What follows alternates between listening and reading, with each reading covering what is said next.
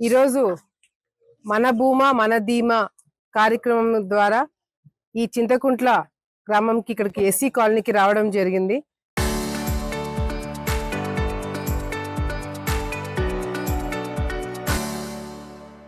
మరి Chinthakuntla SC colony అంటే ఇక్కడికి రాగానే నాకు తెలిసి ప్రతి ఒక్కరూ వాళ్ళ నన్ను స్వాగతించే తీరు గాని వాళ్ళ ముఖాల్లో ఆ తెలియని ఒక ఆప్యాయత గాని చూస్తుంటే నిజంగా అంటే నాకు చాలా సంతోషంగా ఉంది.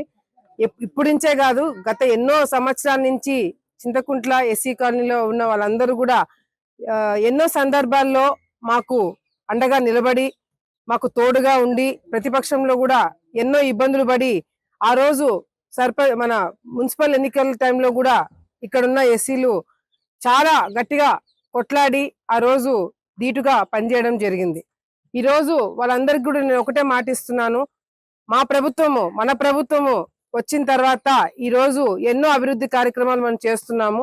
ఈ చింతకుంట్లలో కూడా ఎక్కడైతే కొన్ని చిన్న చిన్న సమస్యలు, రోడ్లు బ్రహ్మాండంగా అన్ని చోట్ల బాగా వేసుకున్నారు. కొన్ని చోట్ల రోడ్లు, కొన్ని చోట్ల డ్రైన్స్, స్తంభాలు, ఇవన్నీ లైట్స్ కొంచెం ప్రాబ్లం ఉంది. ఆ చిన్న చిన్న ప్రాబ్లమ్స్ ఇప్పటి వరకు నేను తిరిగిన ఏరియా మొత్తం కూడా ఏ సమస్య లేకుండా అన్ని విధాలుగా కూడా చూసుకుంటామని చెప్పడం జరిగింది.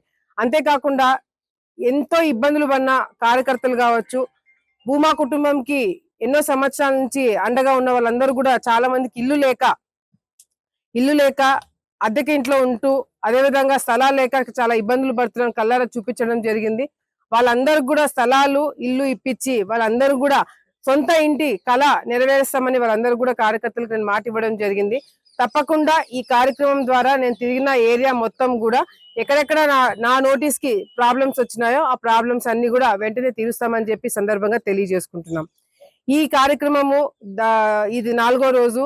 దాదాపుగా మనము ఈ తిరిగిన చోట్ల అన్ని చోట్ల కూడా 70% మనము కాలువలు గాని, రోడ్లు గాని, చిన్న చిన్న సమస్యలు మనం తీర్చగలిగినవన్నీ కూడా ఈ వారం 10 రోజులు ఆ చిన్న చిన్న సమస్యలన్నీ కూడా తీర్చడం జరిగింది. సో ఈ మన భూమా మన ధీమా కార్యక్రమం ద్వారా తప్పకుండా కేవలము అభివృద్ధి కార్యక్రమాలు, అభివృద్ధి మీద దృష్టి పెట్టడమే కాకుండా పాత కార్యకర్తలు ఎవరైతే మా కోసం కష్టపడి ఇన్ని సంవత్సరాలు పనిచేశారో వాళ్ళందరినీ కూడా కలవడానికి ఒక అవకాశంగా భావిస్తూ ఈ కార్యక్రమం నేను మొదలు పెట్టడం జరిగింది. తప్పకుండా కార్యకర్తలు, ప్రజలందరూ ఆశీర్వాదాలతోటి తప్పకుండా ఈ ప్రోగ్రాము విజయవంతం అవడమే కాకుండా మళ్ళీ మన భూమా మన ధీమా అంటే ఆ ధీమా అనే ఒక ధైర్యాన్ని కార్యకర్తలు నింపడానికి కార్యక్రమం పెట్టామని మరొకసారి తెలియజేసుకుంటున్నాం.